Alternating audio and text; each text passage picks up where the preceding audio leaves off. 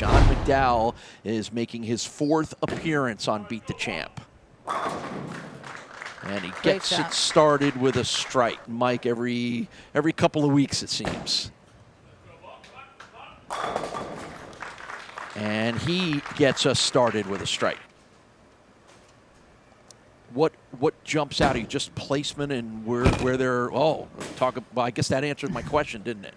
If you miss by just a hair, which he did to the right, that, you know, it's running the risk of dropping off. And gutters sometimes are, let's take a look at these lane conditions. 39 feet, 5.25 to 1 oil to dry ratio, which if you watch enough shows, you realize that that's telling you, that's more of a flatter pattern. I mean, you're looking at a house shot being maybe 12 to 1 and 5.25 to 1 is getting much closer to 0, which means the pattern's very flat. So John's really got to make perfect shots here and really get the ball down the lane. Oh, and a very late slow motion fall. It allows John McDowell to get a 4th frame spare. For a second there, Mike thought he was right back in this match tied, but you rarely see that happen. I want to see John's reaction.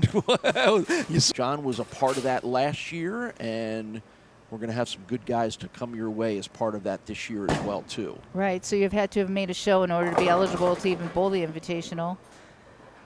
Boy, that, you know, I think this is kind of the fun part of what we do on the show, which is it's not always a house shot. So if you looked at that shot right there, he did move to the right, which is closer to where Mike's playing the lanes. So he was taking a guess. John has been struggling here on the right lane. He went high, then he made a move to the right. Ball never read the lane. There you go. And like I said, this is where you see what they're made of. Okay. No, I mean, you don't enjoy the challenge part of it sometimes as a observer? Are you kidding? I feel every bit of their pain. I think maybe what I should have said is you like seeing guys fight their way back from struggle. I do. One of the things Mike just did really amazes me about these bowlers, and these guys aren't doing this for a living. I mean, they're great and they do compete and they bowl their leagues, but all the leagues in the world don't prepare them for this kind of condition and having to make a shot when you have to make a shot. And he can actually shut them out by striking out here. 10th frame, Mike Zarcone. And that is the greatness. Trying to take control of this match from John McDowell. He needs a strike and 7 to shut him out. And again, because we know Mike so well, we've seen him bowl so well, there is a killer instinct with Mike Zarcone that is hard to define. And that was one of the best shots he's thrown this entire match. He knows when he has a chance to finish off an opponent, and he rarely misses that chance. That is the best part about this sport, is watching that killer instinct. And he knows that's the reaction of exactly that. I love that. Yes. And unfortunately, I think for John, that's the reaction of knowing what's going on. He still needs to make a good shot here and get pins. Excellent job. And he'll get 9 there. Using a solid ball on this and still using that gutter. That's going to be the spot that Mike moves into, which is how we saw Mike go high in the last shot. So you really have to watch your opponent, and you have to know what kind of ball they're throwing.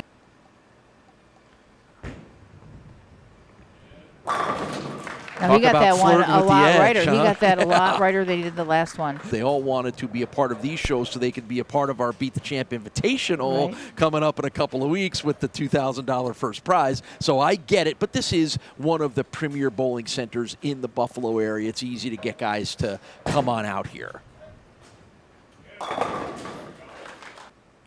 So it hasn't taken Jeff all that long to figure out the challenge of this non-house shot oil pattern that kind of messed with the guys a little bit in the first match and is not messing with Jeff at all. And the good thing is, you know, if Mike doesn't win this match, we're going to make him stick around and with that shirt that he's wearing act as our referee for today. I'll hear about that. Can't wait to start seeing people wearing their Beat the Champ gear around the Buffalo area, and there you go. What did I say? We don't see those very often. It's where they're playing, and like I said, if you miss by one board, that that board's a 0, and he's been that was an errant shot there because he's been playing a little straighter up than that. That was on a triple, so that cost quite a few pins. Right. So let's see what Jeff does here and whether that winds up being a factor as we're in the 8th frame right now. And again, it's always hard to be real loose on that second shot. He had Mike down. Those 2 10 pins absolutely took Mike right out of the match, and now he put it right back in. Once again, he can shut his opponent out.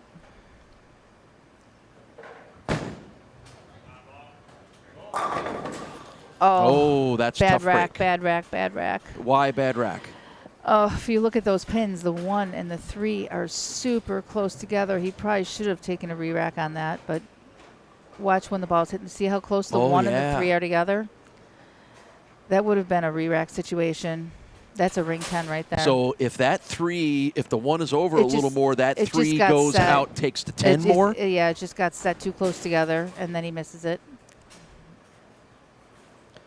So first time beat the champ bowler Jeff Tice has a chance to be a first time beat the champ winner. And there it is. It's a strike to win. Then he lost in the championship match to Bill Swyatt, and then because he was part of the league bowler qualifying, he came back for the 4th show and got his revenge against Swyatt. That was great. To win 3 times in 4 weeks. I don't think that, you know, the two-handed thing doesn't play as much of a part because they have their equipment and they're going to play the lanes their way for their particular way they throw it. 5.25 to 1, which is a little bit flatter, quite a bit flatter than what you're going to see in a house shot. Not as flat as what we're going to see in the invitational, which further makes it difficult, but this is still a very challenging pattern. Jeff was locked in, striking, knocking pins down, and now all of a sudden, what's going on? Well, keep in mind, Andrew did not qualify on this condition either. He came in pretty much cold from bowling at Gates. Again, that ball. Time to kick that in.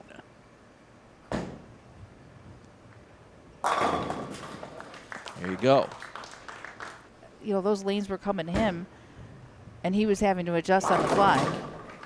There's another strike. As we saw in the last match, he looked like he was out of it and fought himself back in it. So that's doable, but that's a big hurdle to climb right now. Well, we're talking about... Why is Andrew such a good bowler? Well, he bowls at a pretty high level. Cashed in his first PBA event, top 50 in the 2018 Junior Golds, top 6 in the 2024 Rochester Masters. So a good win over Mike Zarcone. Anytime you can add a win over Mike Zarcone to your resume, that says a lot about what kind of bowler Jeff Tice is, but that the pleasant thoughts were a little short-lived. Well, the interesting thing will be how he approached this new lane condition, and you know how he picked bowling balls coming down here, and just really his whole thought process.